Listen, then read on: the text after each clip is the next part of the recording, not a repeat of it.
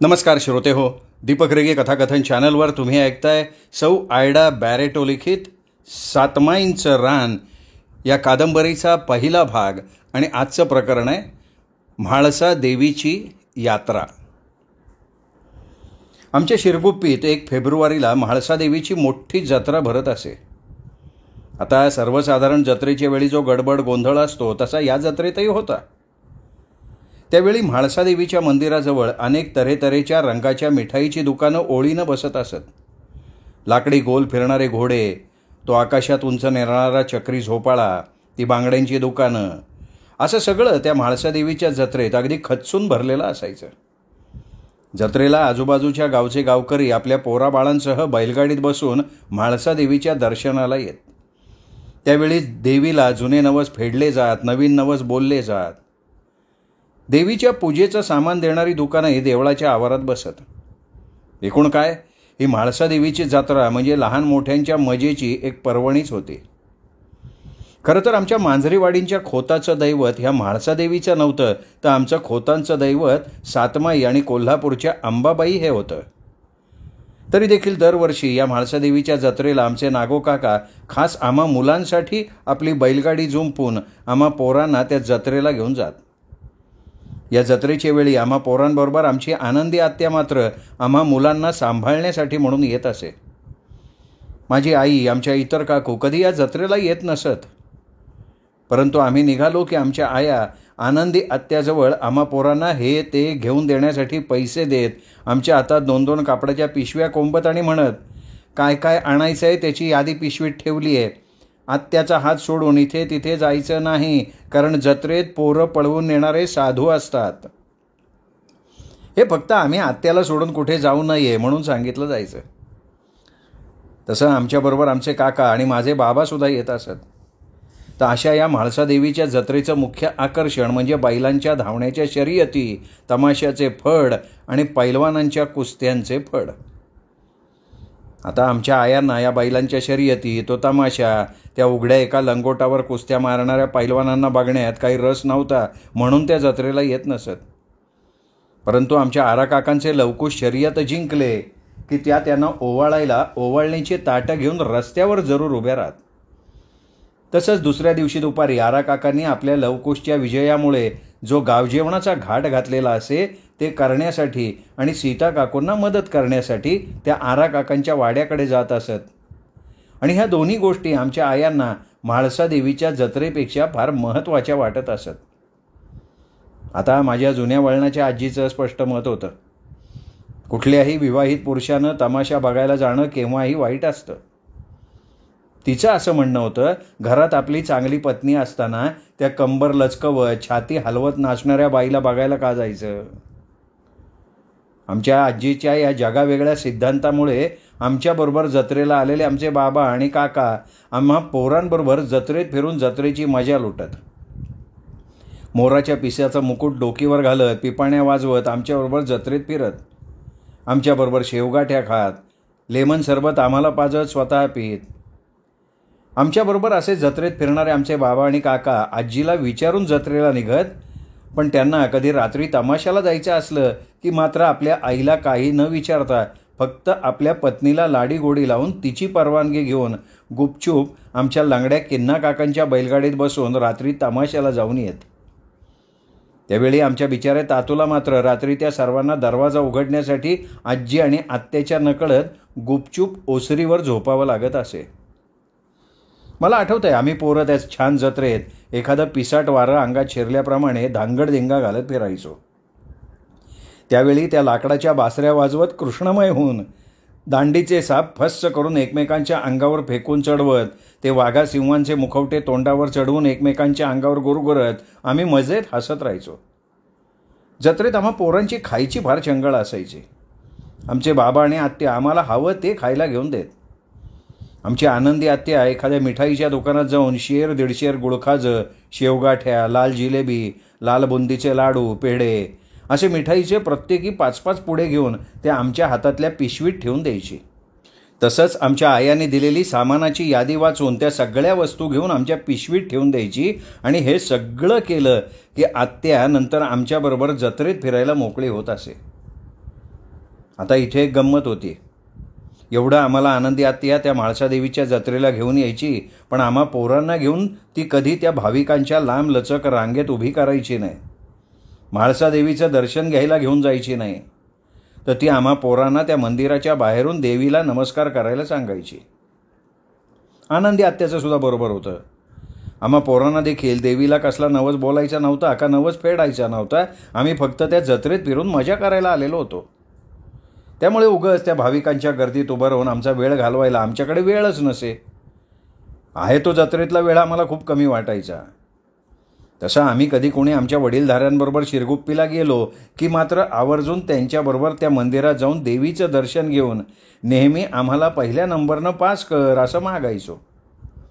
दुर्दैवानं पहिला नंबर सोडा, साधं पास व्हायची सुद्धा आमची मारामारी असायची, ही गोष्ट वेगळी. आमची आनंदी आत्या या जत्रेत आम्हाला पोरांना काय हवं ते घेऊन द्यायची. ती कधी आम्हाला त्या उंच जाणाऱ्या गोलाकार पाळण्याच्या चक्रावर बसवत नसे. आम्ही कितीही हट्ट केला तरी तिला स्वतःला त्या गोळ पाळण्याच्या चक्राची भयंकर भीती वाटे. तिला नेहमी वाटायचं की त्या उंच पाळण्याच्या चक्रावरनं कोणी पडलं तर. त्यामुळे आमच्या आत्मा तुकादादांनी कितीही हट्ट केला तरी त्यांना ती त्या पाळण्यात म्हणून बसवायची नाही. लाकडी घोड्यावर बसायला तिची परवानगी असे. मला आठवतंय अगदी लहानपणी मी अनेक वेळा आमच्या शेताच्या बांधावर उभं राहून वरचं उंच निळशार आभाळ बघत असे. आजही बघते त्यावेळी मला मनोमनी वाटत असे, या निळ्याभोर उंच झालेल्या आभाळात आपण एखाद्या सुंदर परीसारखं होऊन स्वैर भ्रमण करावं. रात्री चांदण्यांनी खचाखच भरलेल्या त्या रत्नाकर आभाळाच्या प्रत्येक चांदणीवर बसून त्या आभाळाशी हितगुज करावं आणि त्या सुंदर चंद्राला अगदी जवळून बघावं, त्या सर्वाबरोबर स्वतःला हरवून द्यावं.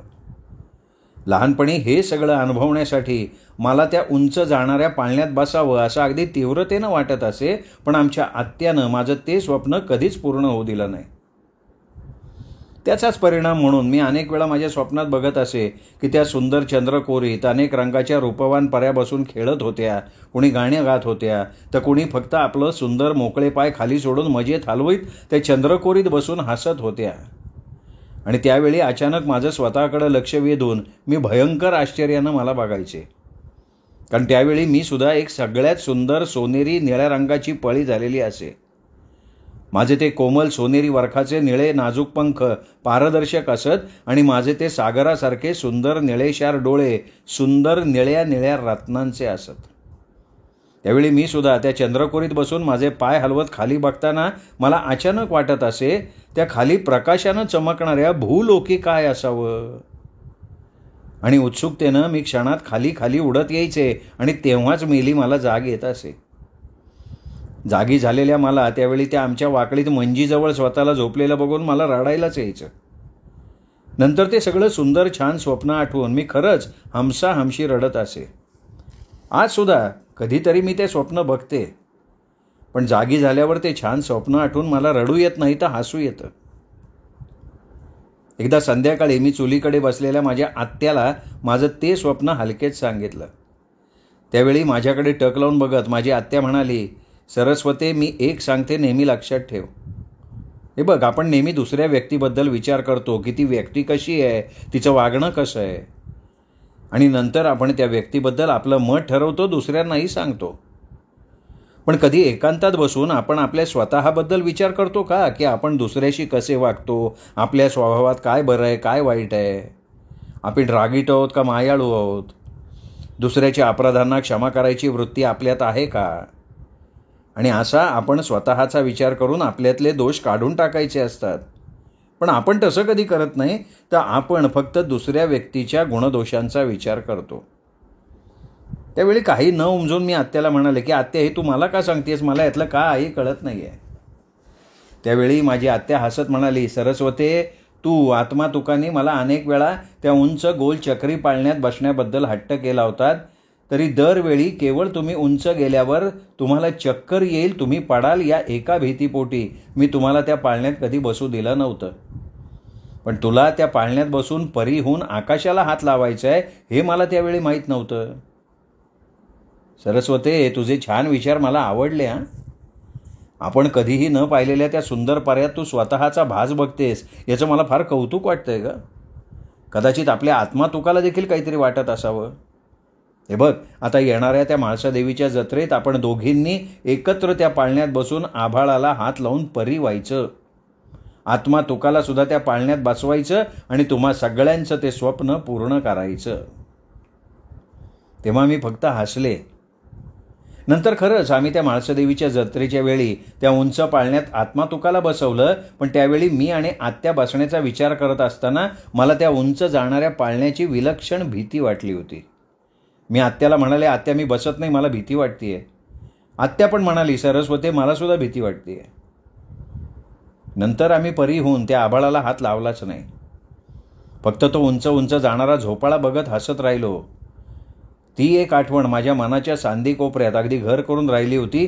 पण पुढे माझ्या मुलांना मात्र हे नको नको म्हणत असताना ती नेहमी त्या जत्रेतल्या उंच पाळण्यात बसवलेली होती. त्यावेळी मी ह्यांना हलकेच म्हणाले, अहो कदाचित आपल्या मुलांना परी होऊन उंच आभाळाला हात लावायचं स्वप्न असेल. त्यांचं ते स्वप्न मी माझ्या परीनं पूर्ण करते.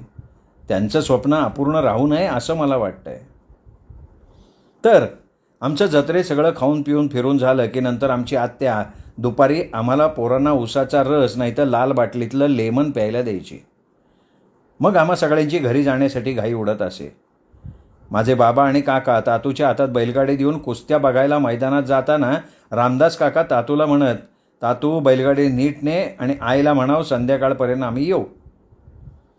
आणि नंतर आम्ही पोरं बैलगाडीत बसल्यावर मोठ्यानं पिपाण्या वाजवत, घेतलेले डमरू डमडम करत खडखडवत, हसत खेळत नाचत एकमेकांना ढकलत ओरडत दंगामस्ती करत जेव्हा आमच्या सातमाईंच्या वाड्याजवळ पोचायचो त्यावेळी वाड्याच्या दाराशी आमच्या आयांबरोबर उभी असलेली आमची आजी वळून आमच्या आयांना म्हणत असे, अगं पोरीनो, आमच्या आराची जिंकलेल्या ढालीची लवकुशबरोबर येणारी मिरवणूक इथे येण्यापूर्वीच मला आमच्या या सातमाईंच्या भुतावळीच्या मिरवणुकीची गडबड दुरून सुद्धा इथे ऐकू येते. आलीच बघ आपली भुतावळ. आमची आजी असं म्हणत असताना आम्ही त्या बैलगाडीतनं उड्या मारून हातातल्या पिशव्या आयांच्या हातात देऊन आज्जे आज्जे करून एकमेकांना लोटत आम्ही आपल्या घेतलेल्या वस्तू तिला दाखवण्यासाठी धावायचो. आजी हसत म्हणायची, गडबड करू नका, एक एक जणांना येऊन काय काय घेतलंय ते मला दाखवा. मी आता कधी एकांतात बसले की मला ते बालपणीचे एक एक क्षण आठवतात. खरंच प्रत्येकाचं बालपण किती रम्य असतं नाही. या म्हाळसादेवीच्या जत्रेवर कोणी खुश असो अथवा नसो, पण खालच्या मळ्यातले दौलती काकांचे सगळ्यात लहान भाऊ म्हणजे आमचे रामकाका मात्र या जत्रेतल्या तमाशाच्या फडावर भयंकर खुश असत. निव्वळ या तमाशाच्या आकर्षणानं ते या जत्रेची दरवर्षी चातकाप्रमाणे वाट बघत. नंतर जत्रेच्या वेळी तमाशाचं हे आकर्षण त्यांना निदान 8-10 दिवस तरी शिरगुप्पीला खिळवून ठेवत असे. त्यावेळी त्यांना आपल्या घरादाराचं भान म्हणून उरायचं नाही. आमच्या ह्या रामकाकांच्या चिंचा आलयात पाडाला हात नका लावू माझ्या झाडाला ह्या गाण्याच्या तत्वामुळे त्यांच्या चिंचेच्या झाडाला अजून कोणी हात लावला नव्हता आणि ते सडच होते, कारण त्यांचं कुठं लग्न जमतच नव्हतं. तरीसुद्धा आपली पत्नी आपल्या चुलीकडे नाही म्हणून त्यांना कधी आपल्या गरम भाकरीची चिंता नव्हती.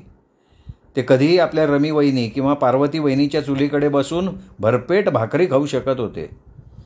तसंच त्यांचे लाड करणारे त्यांचे दौलती दादा आणि लिंबोणा दादा काही न बोलता मर्दगडी आहे, मजा करू दे असं म्हणून त्यांच्या तमाशाच्या फाजील वेडाकडे दुर्लक्ष करत होते. त्यामुळे रामकाकांना आपल्या लग्नाची चिंता नव्हती. त्यांच्या बरोबरीच्या माझ्या बाबांचं आणि काकांचं कधीच लग्न झालं होतं. आमचा वाडा मुलाबाळांनी भरून गेला होता. तरी हे काका चिंचा आल्यात पाडायला हेच गाणं दिवस रात्र गुणगुणत सडेच पण मजेत राहत होते. दिवस असेच जात राहिले. पुढे दौलती काका आणि लिंबोण्या काकांना हा राम पठ्ठ्या लग्नाचं नाव काढत नाही हे लक्षात येताच मात्र त्या दोघांना त्यांच्या लग्नाची चिंता वाटायला लागली. त्यात गावात त्यांच्या तमासवेडाची चर्चा होतच होती. तेव्हा त्या दोघांना वाटायला लागलं, आता आपल्या रामानं भरपूर तमाशे पाहिले तरी त्यांनी आपल्या या तमाशाच्या वेडापायी आपलं आयुष्य वाया घालवू नये. प्रत्येक गोष्ट त्या त्यावेळी झाली की बरं. त्यामुळे आता दौलती काका आणि लिंबोणी काका रामकाकांच्या मागे लग्नासाठी लागले होते. त्यात आमच्या पार्वती काकूंची पुतणी द्रुपा त्या सर्वांनाच रामकाकांची पत्नी म्हणून पसंत होती. तशी तरुण द्रुपा लाघवी देखणी होती. ती फार घरेलुई होती. तिला तमाशातल्या चिंचाच काय आवळेसुद्धा माहिती नव्हते. तिला त्यावेळी एवढंच माहिती होतं, आपल्या पार्वती काकूंच्या रामधीरावर तिचं जीवापाड प्रेम आहे. राम तिला भयंकर आवडत होते. ती त्यांच्यावर जीव जडवून बसली होती आणि नेहमी पार्वती काकूंकडे येणाऱ्या द्रुपाचं हे गोड गुलाबी गुपित आमच्या पार्वती काकांनी ओळखून त्यांनी तिचं हे गोड गुपित आपल्या नवऱ्याला आणि लिंबोणी दिराला तसंच रमी जावेला सांगितलं. त्या सर्वांनीच रमा काकांसाठी द्रुपा पसंत केली. आता मुख्य प्रश्न होता तो राम काकांचा. त्यांच्याकडून संमती मिळाली की 1 महिन्यात त्यांच्या लग्नाचा बार उडवून द्यायचा, हा दौलती काकांचा विचार. तेव्हा एकदा त्यांच्या चुलीजवळ बसून भाकरी खाणाऱ्या रामकाकांना ते त्यांच्या जवळ बसून मायेनं म्हणाले, राम्या, आता तुझं तमाशाचं वेळ खूप झालं. तुझ्या बरोबरीच्या सगळ्यांची लग्न होऊन पोराबाळांनी त्यांचे संसार भरले, तरी तू शेतातल्या ज्वारीच्या धाटासारखा साडा. तेव्हा आता आम्हा सगळ्यांना वाटतंय की तू लग्न करावंस. तसे रामकाका पार्वती काकूंकडनं आणखीन उसळ मागून त्यावर दही ओतून भाकरीबरोबर खात म्हणाले, दादा, तू, लिंबोण्या दादा, वहिन्या माझी काळजी घेता, त्यामुळे मला एवढ्यात लग्न नाही करायचं. माझ्या लग्नाची काय घाई आहे. तसे आता दौलती काका जरा चिडून त्यांना म्हणाले, लेका राम्या, तुला तुझ्या लग्नाची घाई नसली तरी ती आम्हाला झाली आहे. राम्या, आता गावात तुझ्याबद्दल चर्चा सुरू आहे. ती 7 महिन्याची आय, तू लग्न करत नाहीस म्हणून आम्हाला बोल लावत बसली आहे. अरे सगळ्यांना वाटतं मी आणि लिंबोण्या तुझ्याकडे लक्ष देत नाही, तुझ्यासाठी पोरगी बघत नाही. तेव्हा आता मी काय सांगतो ते ऐक. तेव्हा त्यांना खुणा करणाऱ्या पार्वती काकूंवर चिडून ते म्हणाले, तू मला खुणा करू नको, मी ह्याला काय सांगायचे ते सांगतो. हे बघ राम्या, आम्ही तुझ्यासाठी द्रुपा पसंत केली आहे. तुझं लगेच लग्न करायचं ठरवलंय. आता सांग तुझं काय म्हणणं आहे. हे ऐकताच रामकाकांचा भाकरीचा घास त्यांच्या घशात अडकला. त्यांना ठसका लागला. त्यांच्या डोळ्यांसमोर ती द्रुपा उभी राहिली. किंचित स्थूल बांध्याची, तेल लावून पिचपिचलेल्या केसांची. द्रुपाच्या डोकीवरचा पदरसुद्धा तेलानं भरलेला असे आणि ही अशी तेलकट द्रुपा जेव्हा बघावं तेव्हा सुपात काहीतरी घेऊन पाखडत बसलेली दिसायची, नाहीतर तिचं ते सारवण चालायचं. तिच्या जवळून गेलं तरी रामकाकांना शेणाचा, खोबरेल तेलाचा वास यायचा. या द्रुपाला त्या शेणाचा, त्या तेलाचा वास यायचा. तेव्हा त्यांना वाटायचं, या पोरींना जर तमाशातल्या बाईसारखं नीटनेटकं राहायला काय होतं. रामकाकांना माहिती आहे की द्रुपा एक फार चांगली घरेलू तरुणी आहे. ती कुणाचाही संसार नीटनेटका करेल. तरी लहानपणापासून बघितलेली ती कळकट्ट द्रुपा त्यांना अजिबात म्हणजे अजिबात आवडत नव्हती. ते कधी पार्वती वहिनींच्या चुलीजवळ जाऊन भाकरी खात तिच्याशी बोलत सुद्धा नसत आणि अशा ह्या द्रुपाशी त्याचे दौलती काका आणि त्यांचं कुटुंब लग्न करायला सांगत होतं. खरं तर रामकाकांना त्या तमाशाच्या वेडामुळे त्या तमाशातल्या नीटनेटक्या, उंच, लवचिक बांध्याच्या, टप्पोऱ्या डोळ्यात काजळ घालून डोळे मिचकवत गालातल्या गालात हसत, कसं काय पाटील, बरं आहे ना, असं म्हणणाऱ्या बायका, त्यांची ती सुगंधी पानांनी लाल चुटूक झालेले नाजूक नाजूक ओठ, त्यांची ती लयबद्ध पद्धतीनं आपलं ढुंगण हलवत चालण्याची पद्धत आणि उभार छातीवरचा तो ढळलेला पदर, हे सगळं त्या तमासगिरणीला अप्सरेचं रूप देत असे. त्यामुळे रामकाकांच्या मनात नकळत आपली पत्नी अशा स्वरूपाची असावी असं होतं. या त्यांच्या मनातल्या अप्सरेच्या प्रतिमेमुळे त्यांना आता त्या आजूबाजूच्या सगळ्या तरुणी अतिशय गावढळ आणि गबाळ्या वाटत होत्या. त्यांनी स्वतःशी ठरवलं होतं की अशी त्यांच्या स्वप्नातली अप्सरा मिळाली तर आपण लग्न करायचं, नाहीतर आजन्म ब्रह्मचारी राहायचं. असं ठरवणाऱ्या आमच्या रंगेल रामकाकांसमोर त्यांच्या दादांनी द्रुपाचं स्थळ आणलं होतं. त्यांना त्या क्षणी वाटलं, शी, द्रुपा ही रस्त्यावर पडलेला शेणाचा मोठा गोळा आहे आणि अशा द्रुपाबरोबर आपलं लग्न.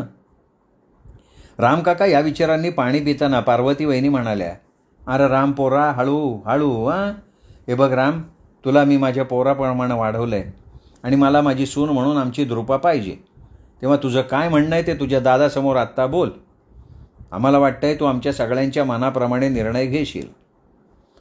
तेव्हा रामकाकांनी त्यांच्याकडे प्रश्नार्थक नजरेनं बघणारे आपल्या दादा आणि वहिनीकडे बघितलं, पण त्यांना नकार द्यायची त्यांची छाती झाली नाही. तरी ते हलकेच म्हणाले, वहिनी, मला तुझ्याशीच काहीतरी बोलायचंय. तसे आमचे दौलती काका हसत हसत उठून म्हणाले, म्हणजे लेका तुला द्रुपा पसंत आहे. एवढे बोलून ते बाहेर गेले. तशा पार्वती काकू हसत म्हणाल्या, बोल रामा. आमच्या पार्वती काकू रामकाकांना आपल्या मुलाप्रमाणे समजत असल्यामुळे त्या त्यांना भाऊजी न म्हणता रामाच म्हणत. त्यावेळी आमचे रामकाका पार्वती वहिनींना स्पष्टपणे म्हणाले, वहिनी, मला द्रुपा अजिबात पसंत नाही. मला त्या तमाशातल्या हौसाबाईसारखी नाजूक नखरेल पत्नी म्हणून पाहिजे.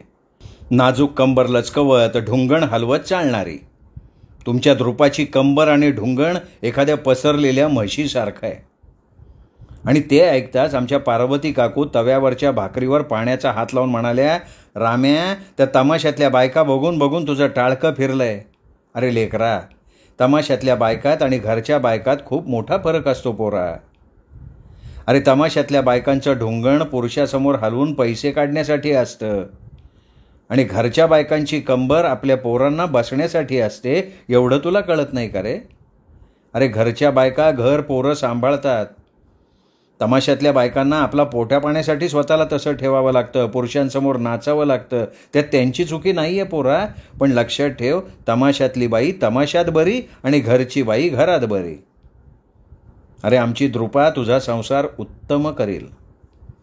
तसे रामकाका निर्लज्जपणे म्हणाले, वहिनी, तुला कच्च्या सुपारीचं पान आणि सुगंधी पान यातला फरक माहिती आहे ना? पार्वती काकू रागवल्या आणि म्हणाल्या, राम्या, मला तो फरक माहिती आहे, पण तुला त्यातला फरक माहिती नाही.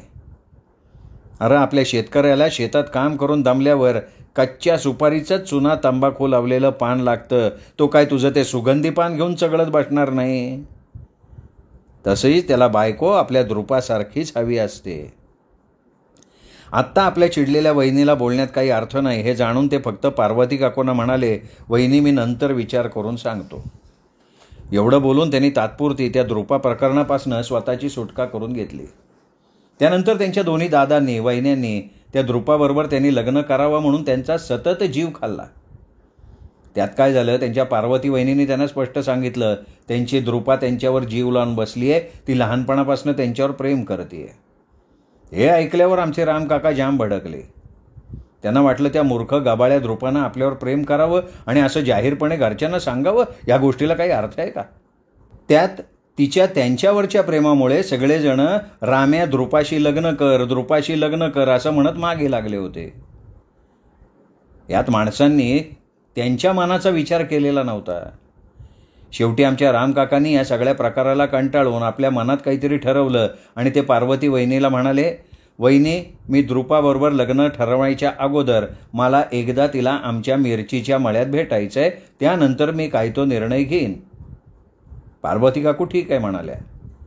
तरी त्या विचारात पडल्या की रामनं द्रुपाला मिरचीच्या मळ्यातच का भेटायला बोलवलंय? आता एखादा तरुण एखाद्या तरुणीला भेटायला उसाच्या मळ्यात बोलवतो. तिथली उसाची 4-5 धाटं मोडल्यावर त्या तरुणाला त्या तरुणीच्या उसाची गोडी कळते. या रामेचं सगळं जगा वेगळं.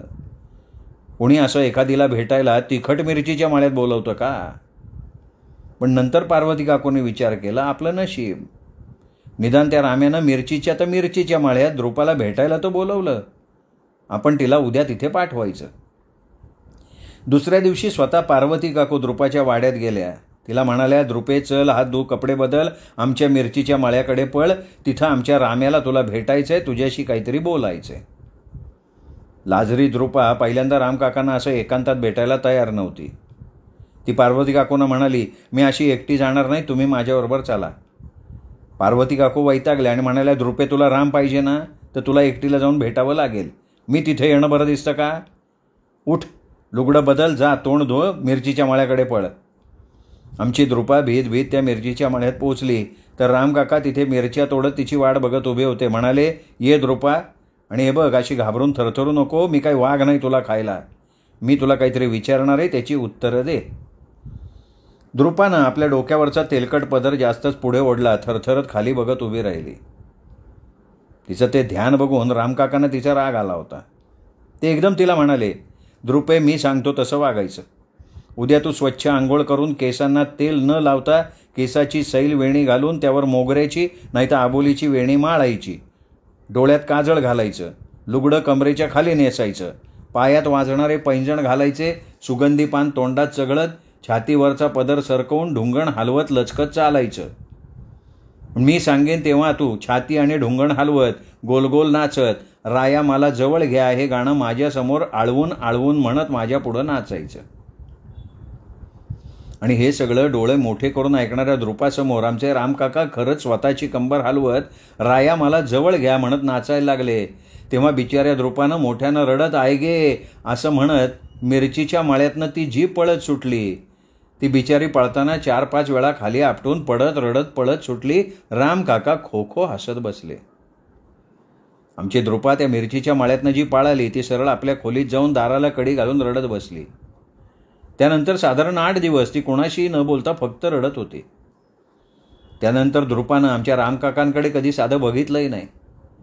पार्वती काकूनं काहीतरी घडलंय हे ओळखलं. तिला अनेक वेळा काय झालं म्हणून विचारलं. द्रुपा एवढंच म्हणाली, मला राम खोताबरोबर लग्न करायचं नाही, बास. आणि नंतर त्यांनीही तिला कधी रामकाकांबद्दल विचारलं नाही. आमचे रामकाका तमाशाच्या बाईचं स्वप्न बघत तसेच सडे राहिले. अशा या तमासवेड्या रामकाकांना म्हाळसादेवीच्या जत्रेत येणारा तो तमाशाचा फड फार मोठी पर्वणी. ते नंतर तो तमाशाचा फड उठेपर्यंत शिरगुप्पीत मुक्काम ठोकत. आता आमच्या आजीच्या नकळत आमच्या वाड्यातली पुरुष मंडळी आपापल्या पत्नीची परवानगी घेऊन तमाशा बघायला जात. रात्री गुपचूप येऊन झोपत. सकाळी तो तमाशा विसरत आपल्या शेती कामात गुंतत. त्यावेळी त्या कोणाला त्या तमाशाची साधी आठवणसुद्धा उरत नसे. इतर पुरुषही तसेच वागत. इतकंच काय, रंगेल आणि फाजील असलेले आमचे किन्ना काकासुद्धा रात्री पाहिलेला तमाशा सकाळी विसरून आपल्या नित्य कामात बुडून जात. फक्त आमच्या रामकाकांची गोष्ट मात्र वेगळी होती. ते एखाद्या तमाशाच्या ठिकाणी गेले की तमाशामय होऊन जात. नंतर 8-8 दिवस वाड्याकडे न फिरकणाऱ्या आपल्या भावाला काय करावं म्हणून त्याची शेती आणि जनावरं त्याचे भाऊ सांभाळत बसत. तसं आता आमच्या पार्वती काकूंनी रमी काकूंनी द्रुपाला, द्रुपे तू रामाशी लग्न करायला का तयार नाही असं अनेक वेळा विचारलं. त्यावेळी द्रुपा रडत म्हणाली, मला काही विचारू नका, पण मला त्यांच्याशी लग्न करायचं नाही. नंतर रामकाकांच्या आणि द्रुपाच्या लग्नाचा विषय खरंच संपून गेला.